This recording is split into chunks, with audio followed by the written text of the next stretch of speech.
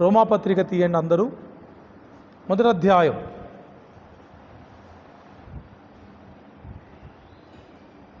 18 నుంచి 25 వరకున్న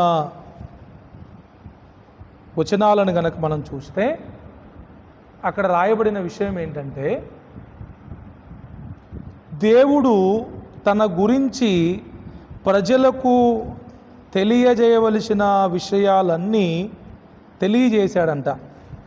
కానీ ప్రజలు వాటిని గ్రహించలేదు అని పౌలు రోమాపత్రికలో రాస్తాడు. ఎవరైనా చదవండి 18 నుంచి 1:18.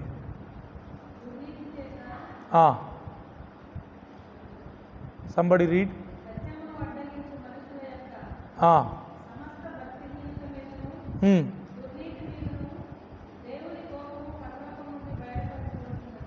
ఒక్క మాట వినండి. దేవుని కోపము పరలోకము నుండి బయలుపరచబడుచున్నది. ఎవరి మీద? దుర్నీతి చేత సత్యమును అడ్డగించు మనుషుల యొక్క సమస్త భక్తిహీనత మీదను దుర్నీతి మీద.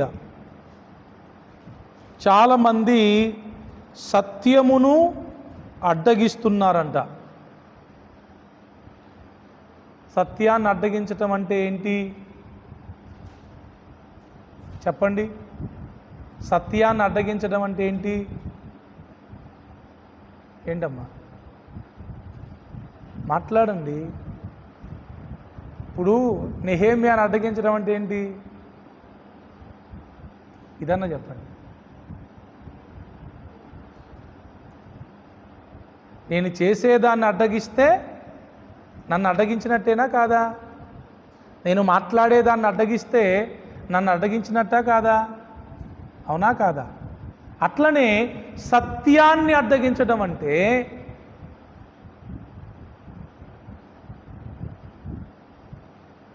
సత్యముగా జరిగే, నీతిగా జరిగే, యథార్థముగా జరిగే కార్యాలను అడ్డగించడం, సత్యం మాట్లాడే వాళ్ళని అడ్డగించడం, సత్యంగా బ్రతికే వాళ్ళని అడ్డగించడం. అవునా? అంతే కదా. మనం ఎప్పుడైనా మన మైండ్ సెట్ ఎలా ఉండాలంటే సత్యానికి సంబంధముగా ఉండాలి. సత్య సంబంధులు అంటారు కదా, సత్యానికి సంబంధులముగా, రిలేటివ్స్గా ఉండాలి. అంటే ఎవరైతే సత్యాన్ని మాట్లాడుతున్నారో, ఎవరైతే సత్యంగా బ్రతుకుతున్నారో, ఎవరైతే సత్యం కోసం పోరాడుతున్నారో అటువంటి వారిని మనం అడ్డగించకూడదు. అటువంటి వారికి మనం ఎంకరేజ్ చేయాలి. అటువంటి వారికి మనం తోడుగా ఉండాలి. కొంతమంది తెలుసో తెలియకో సత్యంగా బ్రతికే వారిని అడ్డగిస్తున్నారు. అది ఎంత డేంజర్ తెలుసా? సత్యాన్ని అడ్డగించడం, సత్యంగా బ్రతికే వారిని అడ్డగించడం దేవుడు చూస్తాడు. ఎందుకంటే మన దేవుడు సత్యవంతుడు. ఐ ఆమ్ ద ట్రూత్ అన్నాడు ఆయన. అవునా? కొంతమందికి సత్యంగా బ్రతకడం చేత కాదు, బ్రతికే వాళ్ళని బ్రతకనివ్వరు. మీకు విషయం తెలుసా? సత్యంగా బ్రతికినవనుకో నువ్వు అందరికీ విరోధి అయిపోతావు. యథార్థవాది లోక విరోధి అంటారుగా. నా జీవితంలో నేను దాన్ని అనుభవిస్తున్నాను. నేను ఎందుకు శత్రువునవుతున్నానంటే కేవలం సత్యంగా బ్రతుకుతున్నందుకు, సత్యం మాట్లాడుతున్నందుకు, సత్యంగా బ్రతకమని చెప్తున్నందుకు. తప్పు. అస్సలు అట్లా చేయొద్దు. హేరోదు బాప్తిస్మిచ్చు యోహాన్ని చంపడానికి భయపడ్డాడని లూకాసు వార్తలో ఉన్నది. చంపడం ఆయనకి ఇష్టం లేదు, కానీ ఆ పిల్ల డ్యాన్స్ చేసి కోరిక అడిగితే వాళ్ళ అమ్మగారి కోరిక ప్రకారం ఆయన తల ఇవ్వమంటే ఏమైనా ఇస్తానని చెప్పాడు గనక మాట ఇవ్వటం కోసం తప్పక తల కొట్టించాడు అంతే. కానీ మనస్ఫూర్తిగా చేయలేదు ఆ పని. ఎందుకంటే యోహాను ఎంత నీతిమంతుడో సత్యవంతుడో హేరోదుకు తెలుసు. భయపడాలి. ఇంకోటి ఏంటంటే సత్యంగా బ్రతికేది సత్యవంతుని సంబంధులే సత్యంగా బ్రతుకుతారు. అందరూ సత్యంగా బ్రతుకుతారా? ఎవరి దగ్గర ఉంది సత్యం? ఇన్నిన్ని డబ్బులు ఉంటాయి, ఇంత బంగారం ఉంటుంది, బిర్యానీలు ఉంటాయి, మంచి మంచి ఇల్లులు ఉంటాయి, బంగ్లాలు ఉంటాయి, ఓకే. కానీ సత్యం ఎవరి దగ్గర లేదు, ఎవరి జీవితంలో లేదు. లేకపోగా లేనోళ్ళే అడ్డగించేది, వేరే వారిని అడ్డగిస్తారు. తప్పది. దుర్నీతి. ఏ నీతి? నీతి కాని దాన్ని దుర్నీతి అంటారు.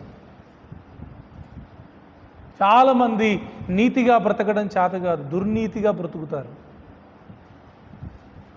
సత్యాన్ని అడ్డగించే వారిని, దుర్నీతిగా బ్రతికే వారి మీదికి దేవుని యొక్క ఉగ్రత, దేవుని కోపం పరలోకము నుంచి బయలుపరచబడుచున్నది.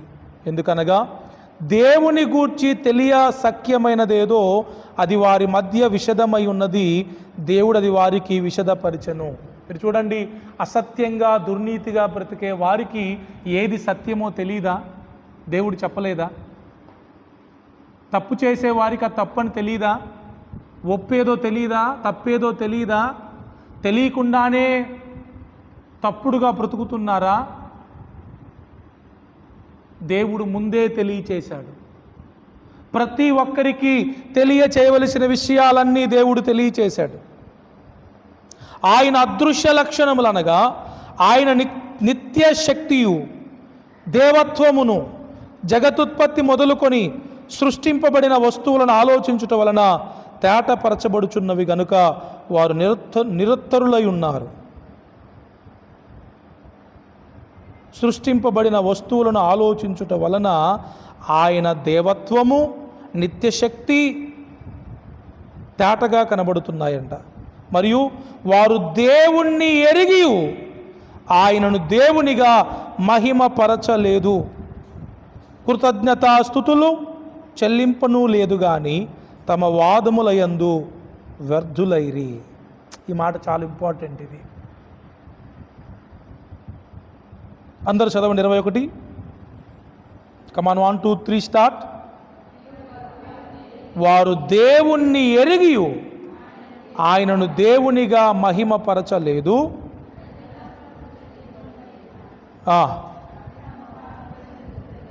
ఇవి ఎక్కువైనాయి.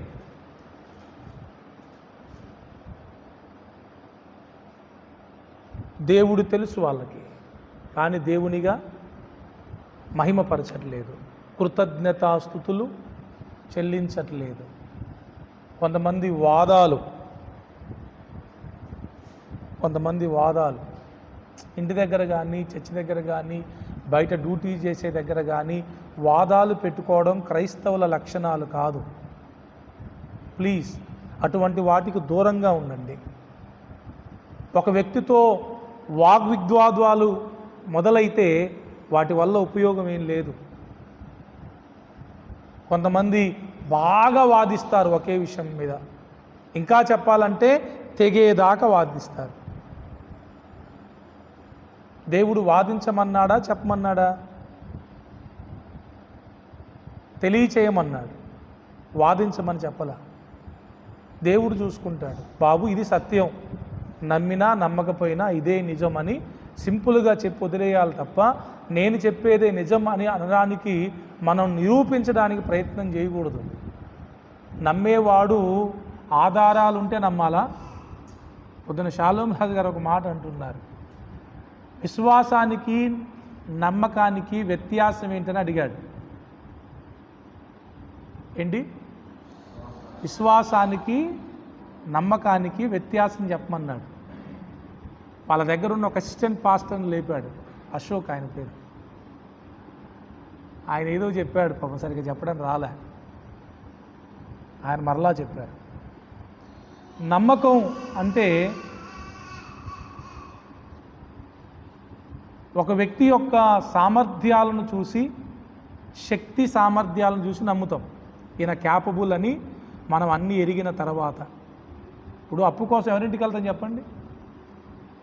డబ్బులు ఎవడైతే ఇస్తాడో, ఎవరి దగ్గర ఉండేదో వాని దగ్గరికి వెళ్తాం. బీదోని దగ్గరికి వెళ్ళి అప్పు కోసం వెళ్తామా?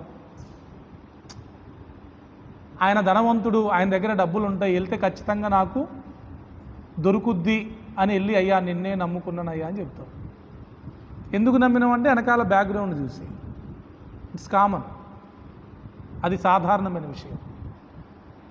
కానీ విశ్వాసం అంటే ఆధారము లేకపోయినా నమ్మడం అంట. ఏంటి? నమ్మడానికి, విశ్వసించడానికి ఆధారము లేకపోయినా కూడా నమ్మాలి, విశ్వసించాలి. అది విశ్వాసం. ప్రైజ్ ది లార్డ్, హల్లెలూయా. ఇంతకి ఇటెందుకు వచ్చాం మనం?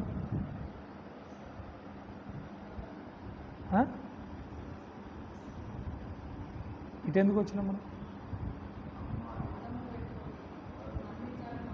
రైట్, వెరీ గుడ్ అమ్మా. నువ్వు నమ్మేటోడు తోమాలాగా అన్ని ఆధారాలు చూసి నమ్మాల్సిన అవసరం లేదు. విశ్వాసం అనేది నిరీక్షింపబడు వాటి నిజస్వరూపం.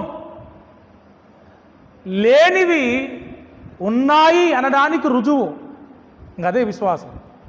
దానికి నువ్వు అన్ని ప్రూఫ్స్ ఇచ్చిగా నమ్మంటే ఆ నమ్మితే దాంట్లో పెద్ద విషయం ఏం లేదు. దానికోసం నువ్వు తెగ వాదాలు పెట్టుకొని వద్దు, వాదాలు అవసరం లేదు. మీకు దేవుడు ఎంత తెలుసో ఆ తెలిసిన దాన్ని బట్టి దేవుణ్ణి మహిమపరచండి. ఆ తెలిసిన దాన్ని బట్టి దేవుణ్ణి స్తుతించండి, ఆయన కృతజ్ఞతాస్తుతులు చెల్లించండి.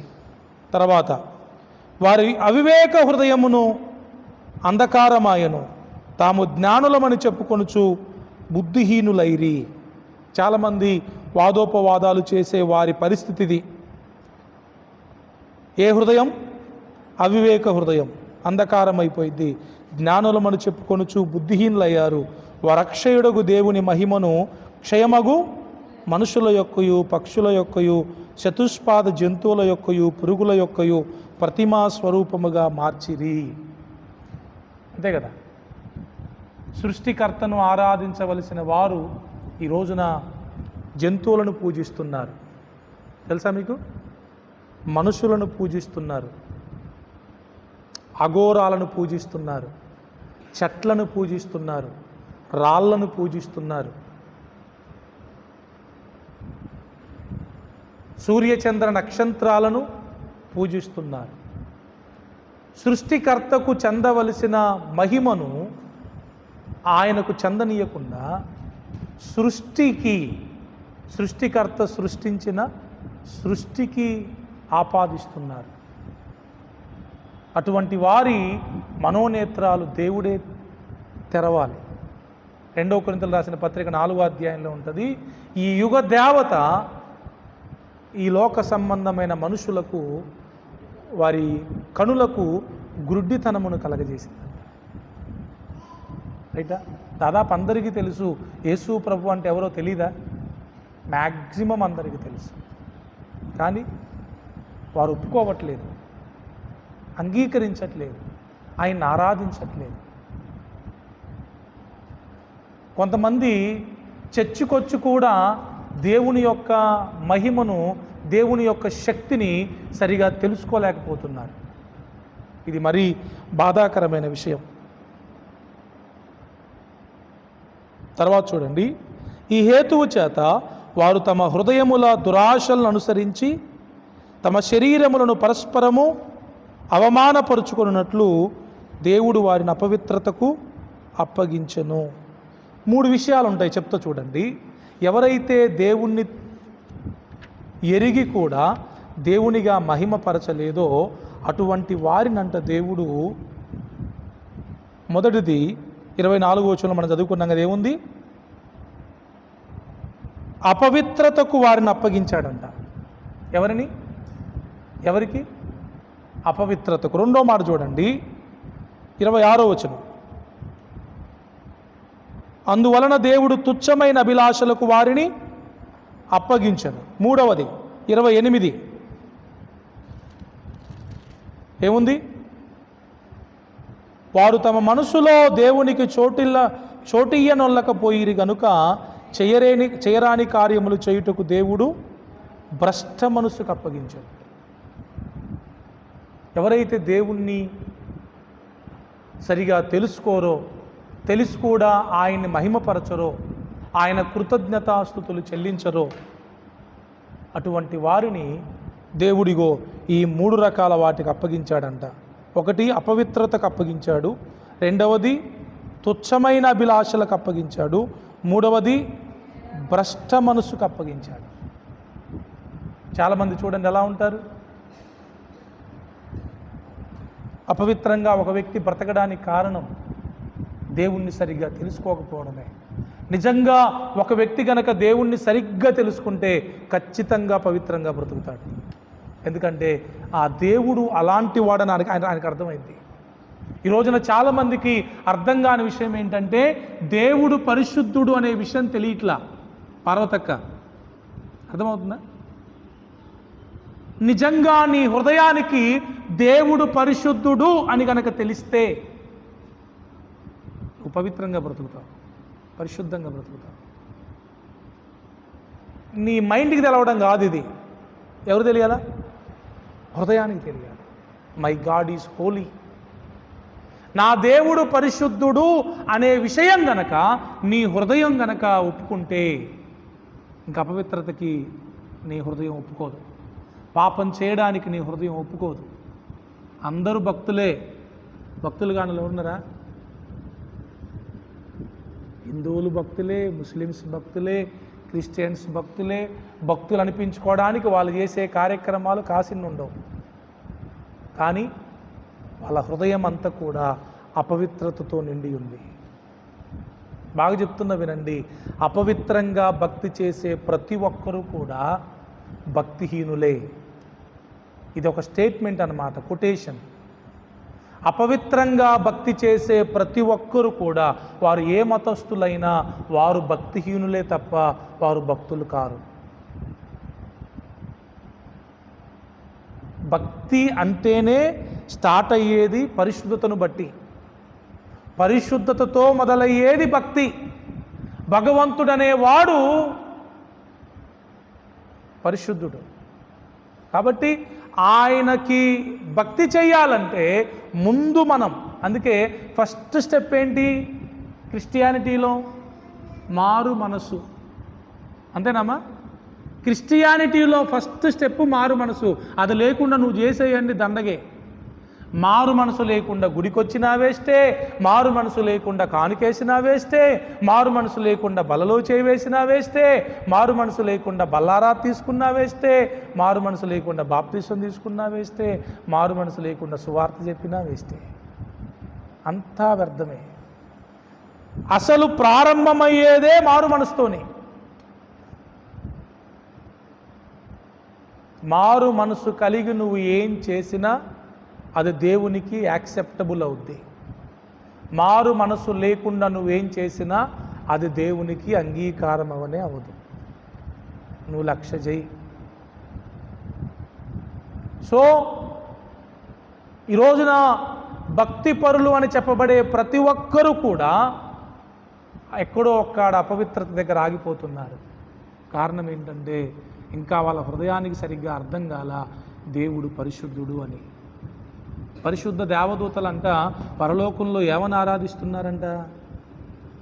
పరిశుద్ధుడు పరిశుద్ధుడు పరిశుద్ధుడు అని గాన ప్రతిగానములతో నిత్యము వారు దేవుణ్ణి ఆరాధిస్తున్నారు. అర్థమవుతుందా? రెండవది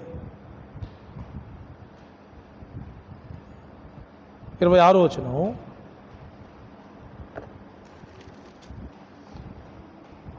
తుచ్చమైన అభిలాషలకు వారిని అప్పగించాడు.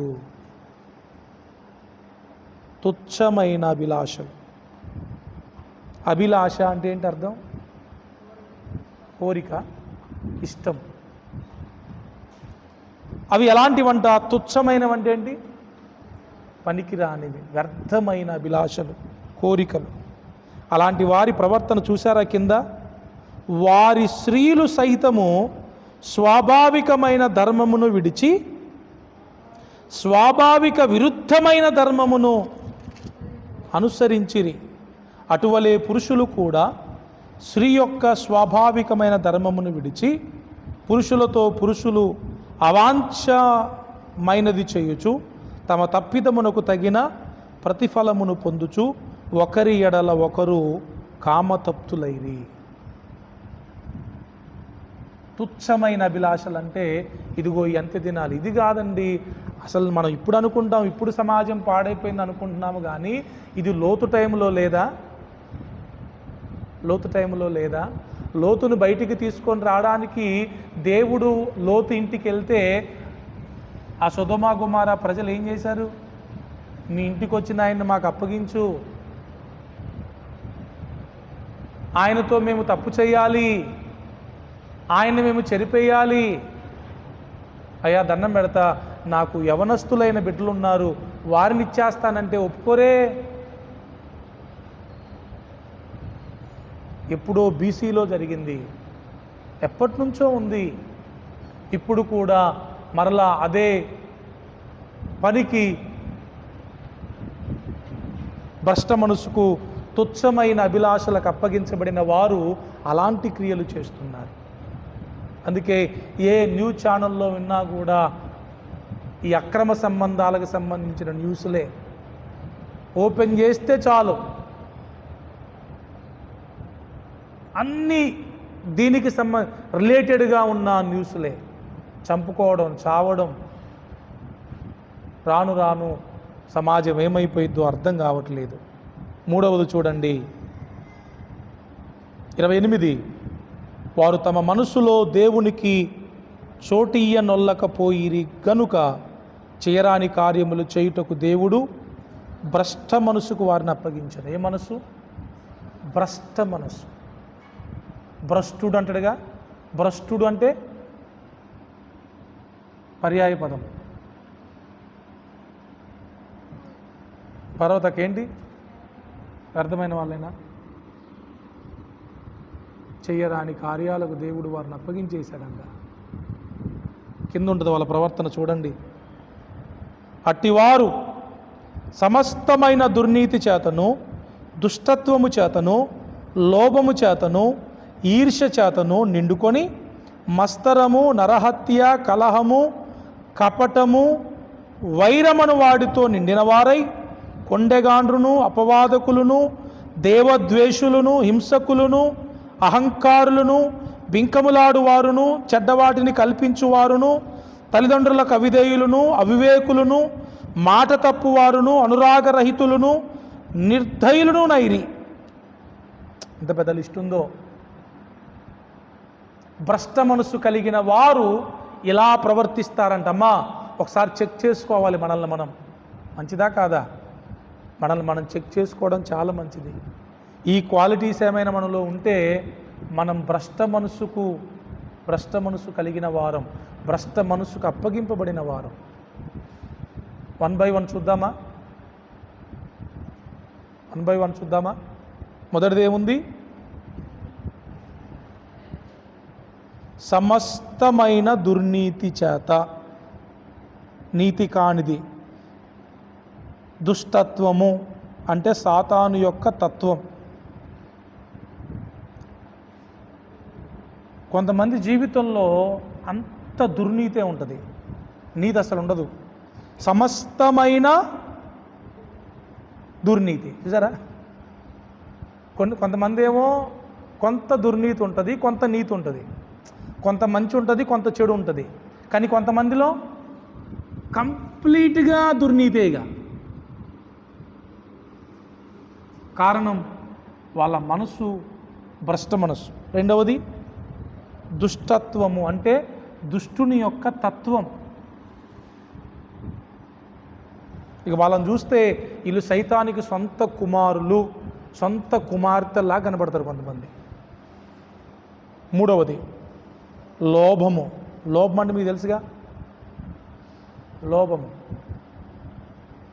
పిసినారితనం.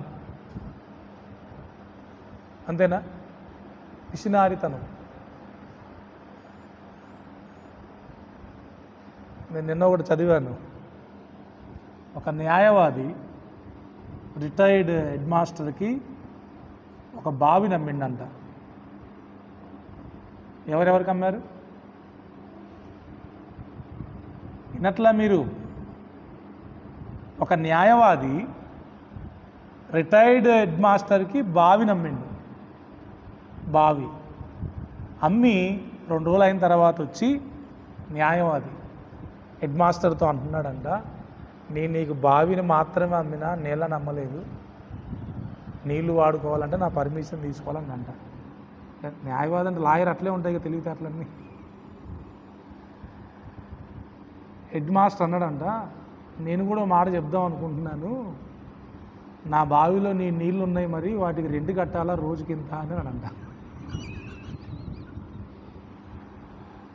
ఈ మాట అనేసరికి ఆ ఉటిదేలేండి ఏదో సరదాగా అట్లా అన్నాడంట ఆయన.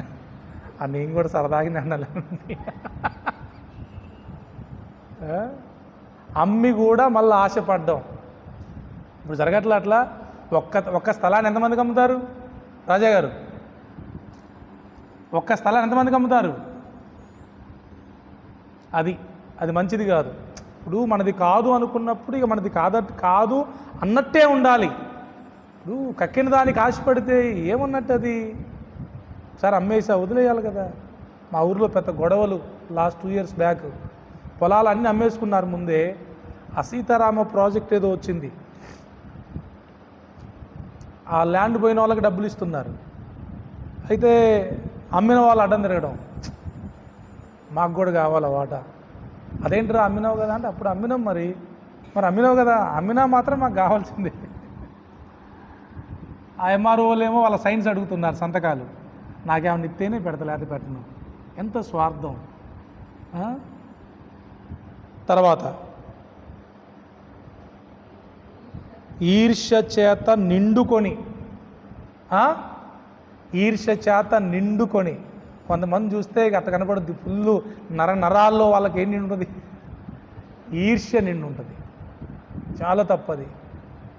కీడు చేయాలనే మనసు, తిట్టాలి, కొట్టాలి, వాళ్ళు పాడైపోవాలి, వాళ్ళు నాశనం అయిపోవాలని కోరుకునే మనస్సు అస్సలు దేవుని మనసు కాదు.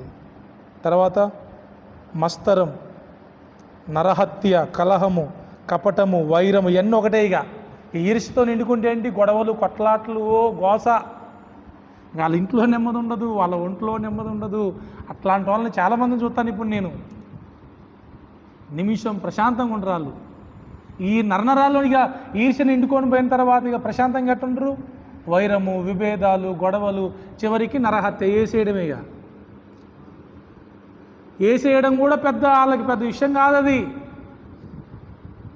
మన పొల్ల 18 సంవత్సరాల పొల్ల వాళ్ళ అమ్మని చంపలే, పాపం చిత్రలుగా చంపారంట ఆ తల్లిగారిని. ఫస్ట్ ఏమో చున్నీ పెట్టి లాగారంట, ఇంకా చనిపోకపోతే సుత్తితో కొట్టారంట. బాబు కడుపున పుట్టిన బిడ్డ, కన్న తల్లిని అంత భయంకరంగా చంపడానికి ప్లాన్ చేసింది. వద్దమ్మా, ఇలాంటి ప్రేమలు వద్దు అన్నందుకు ఈర్ష్యతో నిండిపోయింది. అంతేగా, నన్ను వద్దంటావా అని.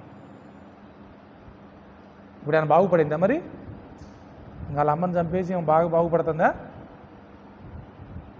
ఎందుకో ప్రజలకు ఒక గ్రహింపు రావట్లేదు. ఇంకంతే, భ్రష్ట మనసు ఉంటే ఎవరైనా అంతే, రాదు. ఇక చెప్పినా రాదు అది. కలహము, కపటము, వైరము, ఇక నిత్యం గొడవలు ఉంటాయి వాళ్ళ ఇంట్లో. తర్వాత కొండెగాండ్రు అంటే ఏంటి? ఇక్కడ మాటలు అక్కడ, అక్కడ మాటలు ఇక్కడ, ఫ్రీ పబ్లిసిటీ అన్నమాట. వాళ్ళు ఆడికి చెప్తారు, వాళ్ళకి చెప్తారు, వీళ్ళకి చెప్తారు. అబ్బా, వాళ్ళ నోరు అసలు ఖాళీగా ఉండదు. భయంకరమైన కొండాలు, లేనిపోని మాటలన్నీ చెప్పడం. చాలామందికి స్త్రీలకు ఇట్లాంటివి ఎక్కువ ఉంటాయి. మీరు నవ్వుతున్నారు కానీ మీరు అట్లాంటి వాళ్ళు అయితే తొందరగా మారు మనసు పొందాలి, లేకపోతే మీరు పరలోక రాజ్యానికి వెళ్ళరు. ఒక 2 స్త్రీలు కూడుకుంటే చాలు. ఇక ఆ అక్కెట్ట, ఈ అక్కెట్ట, ఆ పెద్దమ్మ, అత్తయ్య, ఈ చిన్నమ్మ, ఇదే ఇక తప్పు కదా. అస్సలు మాట్లాడుకోకూడదు. రెండోది అపవాదకులు, అంటే పిచ్చి వాటిని వాళ్ళ మీద లేని మాటలు పలికేవాళ్ళు. దేవద్వేషులు అంటే దేవుణ్ణి ద్వేషించేవారు. తర్వాత హింసకులు, హింసించేవారు. అహంకారులు, ఈ అన్ని మీకు తెలుసుగా. బింకములాడువారు, చెడ్డవాటిని కల్పించువారు, తల్లిదండ్రులకు అవిధేయులు, అవివేకులు, మాట తప్పువారు, అనురాగరహితులు, నిర్దయులనైరి. ఇవి చూడండి, కొంచెం చాలా ఇంపార్టెంట్ ఇవి. తల్లిదండ్రులకు అవిధేయులు. పిల్లలు చాలామంది అలానే ఉన్నారు. నేను చెప్తున్నాను, దయచేసి ప్లీజ్, మనము తల్లులమైన, మనము తండ్రులమైన మన తల్లిదండ్రుల మాటను మాత్రం మనం సాధ్యమైనంత వరకు కాదనకూడదు. ఎందుకంటే నిస్వార్థంగా ప్రపంచంలో జెన్యూన్గా ప్రేమించే వ్యక్తి ఎవరైనా ఉన్నారు అంటే తల్లి తండ్రే. మీరు వాళ్ళ మాటనే కాదని వాళ్ళకు అవిధేయులైతే బాగుపడరు, మీరు జీవితంలో బాగుపడరు. గుర్తుపెట్టుకోండి, ఇది చాలా ఇంపార్టెంట్ అన్నమాట. అందుకే ప్రభు ఒక ఆజ్ఞ కూడా మనకిచ్చాడు. We have to respect them. గౌరవించడం అంటే సన్మానాలు చేయటం కాదు, వాళ్ళ మాట వినడమే. రెండవది,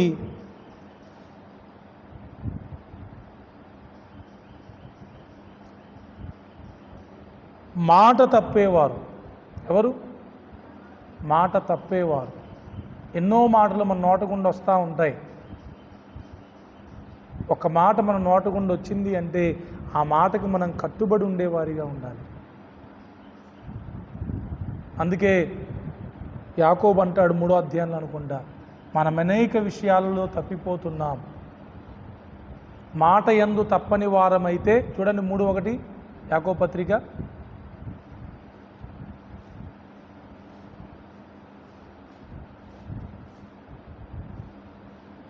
చదువమ్మా. నిజమేనా కాదా? ఒప్పుకుంటారా మీరు? అనేకమైన విషయాలలో మనం అందరం తప్పిపోతున్నామా? ఎవడైనా మాట యందు తప్పని ఎడల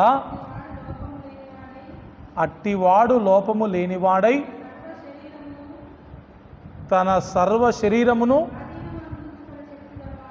రైట్, నువ్వు లోపము లేని దానవి, లోపము లేని వాడవి ఎప్పుడవుతుందో తెలుసా? మాట యందు తప్పకుండా ఉంటే.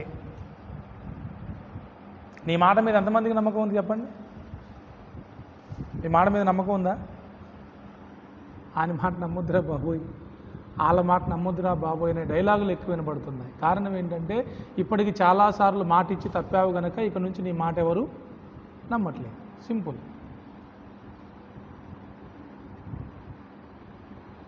అస్సలు మాట తప్పకూడదు. క్రైస్తవులు మన మాట అవునంటే అవుననాలి, కాదంటే కాదుగానే ఉండాలి తప్ప అవునని కాదనే వారిగా ఉండకూడదు, కాదని అవుననే వారిగా ఉండకూడదు. చివరికి అనురాగరహితులు. అనురాగం తెలుసా మీకు అంటే ఏంటి? అన్నాదమ్ముల మధ్య, అక్కా చెల్లెల మధ్య, బంధువుల మధ్య, స్నేహితుల మధ్య, సంఘబిడల మధ్య, సేవకుల మధ్య, సేవకులకి విశ్వాసులకు మధ్య ఉండే అనురాగం, ఆప్యాయత, ప్రేమ. ఇది అనురాగరహితులంటే ఇది లేనివారు. అన్నదమ్ములు అనేది ఉండదు, అక్క చెల్లనేది ఉండదు, సంఘబిడ్డలు అనేది ఉండదు, బంధువులు అనేది ఉండదు, స్నేహితులు అనేది ఉండదు, మా సేవకుడు అనేది ఉండదు, మా సంఘం అనేది ఉండదు. వీళ్ళకి అనురాగాలు, ఆప్యాయతలు ఏమి ఉండవు. ఎప్పుడు వాళ్ళ మీద కళ్ళు ఎర్ర చేసి చూస్తూ ఉంటారు. తప్పు కదా అట్లా? క్రైస్తవులు అంటేనే ఈ అనురాగము, ఆప్యాయత, ప్రేమ ఎప్పటికప్పుడు ఫ్రెష్గా పుడతా ఉండాలి మన హృదయంలో నుంచి అందరి పట్ల. అనురాగం పోయిందనుకోండి ఏమవుతారు తెలుసా? నిర్దయులు అవుతారు. నిర్దయులు. నిర్దయులు అంటే దయలేని వారు. కనబడుతుంది ఎవరి దగ్గర దయ? యాక్సిడెంట్ ఆడు గిలగడు కొట్టుకుంటా ఉంటే కూడా ఆగి చూడకుండా వెళ్ళిపోవడమే. ఆగుతారు ఎవరైనా? అట్లా పక్కన కొట్టుకుంటారు మన ఇంటి పక్కన వాళ్ళు. మనం పోతామా? పోద్దురా, మనకి అన్న అయిద్దిరా, మన మీదకి వచ్చిద్దిరా. దయలేదు.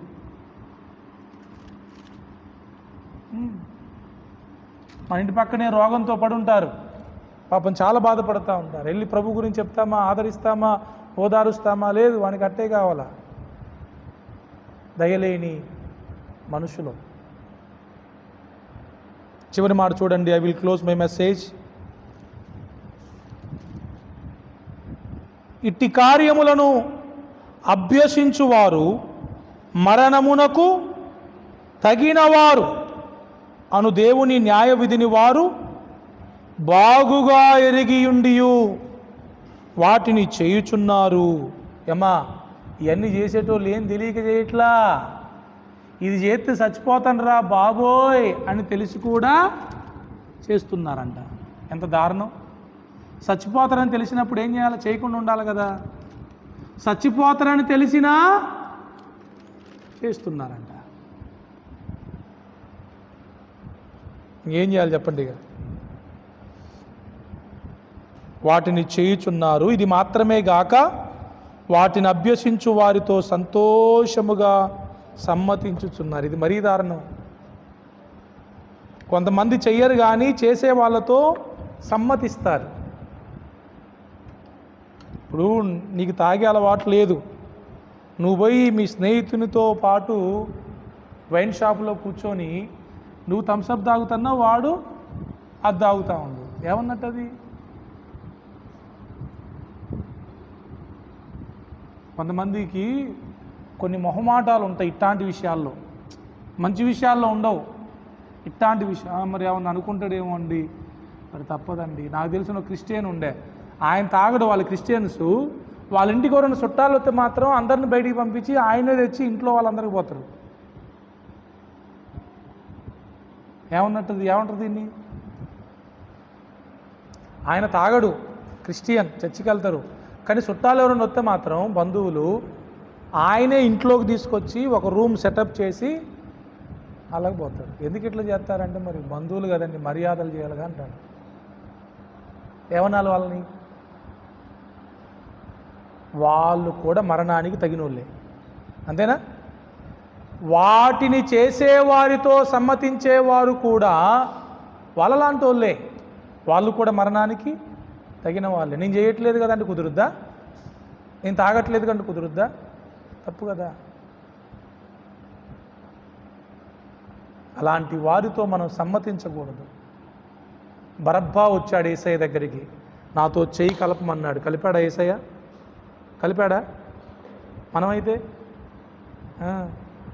కొంచెం బలం పెరుగుద్ది, మనకి బ్యాక్గ్రౌండ్ పెరుగుద్దని చెయ్యి కలుపుతాం, ఉన్నది పోయిద్ది, అన్నీ పోయిద్ది. తప్పట్లా. చెడు చేసే వారితో మనం సమ్మతించటం అనేది దేవుని చిత్తం కాదు. గద్దించాలి, బుద్ధి చెప్పాలి, హెచ్చరించాలి. మాట వింటే వింటారు, లేకపోతే వినరు.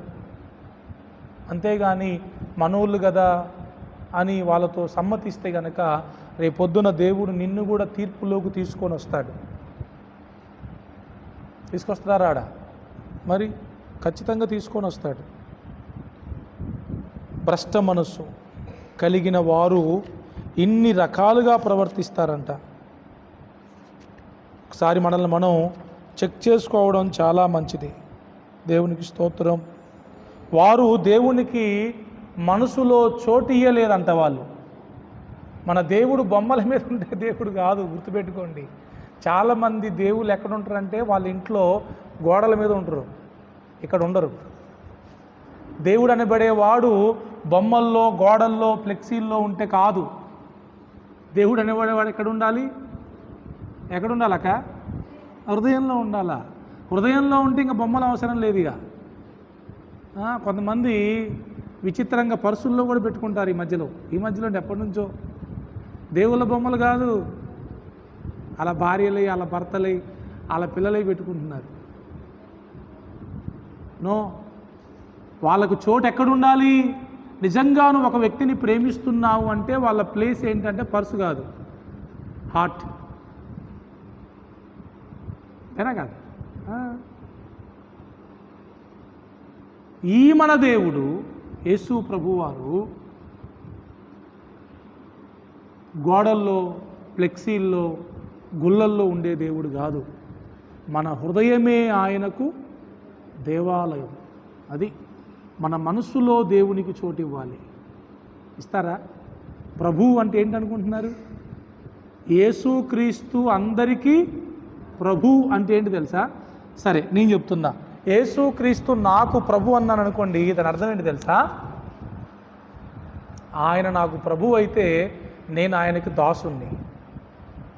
Is my boss, I am ఈ సర్వెంట్.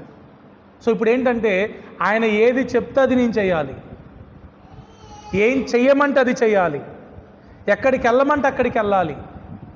అంటే ఆయన పర్మిషన్ లేకుండా నేను ఏది చేయకూడదు. అది అప్పుడే ఆయన నాకు ప్రభు అయినట్టు, నేను ఆయనకు దాసుని అయినట్టు. లేకపోతే ఆయన నాకు ప్రభువు కానట్టే.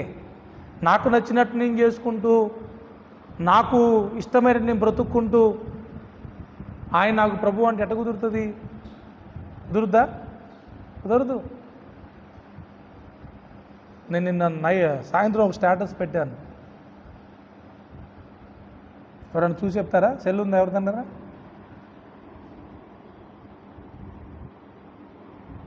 మనకి ఇష్టం వచ్చినట్టు బ్రతకటం కాదు, దేవునికి ఇష్టం వచ్చిన బ్రతకడం. చదవమ్మా.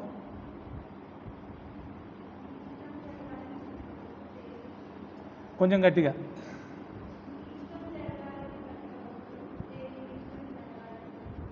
నీ ఇష్టం జరగాలని బ్రతకవద్దు, దేవుని ఇష్టం జరగాలని బ్రతకాలి. అది ఎందుకంటే ఈజ్ మై గాడ్, ఆయన ఇష్టం జరగాలి నా జీవితంలో. ఒకప్పుడు యేసుప్రభు నా జీవితంలోకి రాకముందు నా ఇష్టాన్ని నేను జరిగించుకున్నాను, కానీ ఇప్పుడు ఆయన వచ్చిన తర్వాత ఆయన ఇష్టం జరగాలి. అదే క్రైస్తవ జీవితం. ఇప్పుడు నా సొంత మనసు అంటే ఏముండదు. ఇక ఆయన నా మనసులోకి వచ్చిన తర్వాత నా మనసు ఆయన మనసు అయిపోయింది. మారు మనసు అంటే అదేగా. క్రీస్తు యేసునకు కలిగిన ఈ మనసు మీరు కలిగి ఉన్నానంటే మారు మనసు పొందడం అంటే అదే. యేసయ్య లాంటి మనసు నాకు వచ్చింది అనుకోండి, నా ఆలోచనలన్నీ కూడా యేసయ్య ఆలోచించినట్టుగానే ఉంటాయి. ఇక నా సొంత ఆలోచనలే ఉండవు, నా సొంత ఉద్దేశాలే ఉండవు, నా సొంత కార్యక్రమాలే ఉండవు. మొత్తం ఆయనే. నాట్ ఐ బట్ క్రైస్ట్ అనలా పౌలు. నేను కాదు జీవించుచున్నది, నాలో క్రీస్తే జీవించుచున్నాడు అంటాడు. క్రీస్తు నీలో జీవించినప్పుడు నీ ఇష్టం జరగదిగా. ఎవరిష్టం జరుగుద్ది? ఆయన ఇష్టం జరుగుద్ది. సో నీ మనసులో దేవుడు ఉండాలి. నేను చెప్తున్నా వినండి, నిజంగా మీ మనసులో గనక దేవుడు ఉంటే కంప్లీట్గా మీ జీవితం చాలా వ్యత్యాసంగా ఉంటుంది. నువ్వు చెప్పనవసరంలా ఐఆమ్ స్పెషల్ అని చెప్పనవసరంలా, అందరూ చెప్తారు something special, you or something special అని చెప్తారు. ఎందుకంటే దేవుడు మన మనసులో ఉంటే మన ఆలోచనలు స్పెషల్గా ఉంటాయి, మన మాటలు స్పెషల్గా ఉంటాయి, మన చూపులు స్పెషల్గా ఉంటాయి, మన ప్రవర్తన స్పెషల్గా ఉంటుంది. కేవలం మందిరంలోకి వచ్చిన తర్వాతనే కాదు మనం క్రైస్తవులం, బయట ఉన్నప్పుడు కూడా క్రైస్తవులమే. మందిరములో ఎలా ఉంటున్నామో అలానే బయట ఉండాలి. మన స్వభావాన్ని మనం బయటికి వెళ్ళినాక ఎందుకు మార్చుకుంటున్నాం? తప్పు కదా అది. నేను సేవకుణ్ణి సంఘములో ఆదివారం మాత్రమేనా? మిగతా 6 రోజులను సేవకుణ్ణి కాదా? అవునా కాదా? మరి మిగతా 6 రోజులు కూడా నా ప్రవర్తన ఎలా ఉండాలి? ఒక సేవకుని ప్రవర్తన లాగానే ఉండాలి. సండే వస్తేనేమో అయ్యగారి వేషం వేసుకొని, మిగతా 6 రోజులు వస్తేనేమో సైతాన్ వేషం వేసుకుంటే సరిపోయిద్దా? మీరు కూడా అంతే. ఆదివారం మందిరంలో ఎంత మంచిగా, ఎంత పవిత్రంగా, ఎంత నీతిగా ఉంటున్నారో 6 రోజులు బయట కూడా దాన్నే మెయింటైన్ చేయాలి. దాన్ని ఏమంటారు తెలుసా? దేవుని సన్నిధిని కలిగి బ్రతకడం, క్యారీయింగ్ హిస్ ప్రజెన్స్.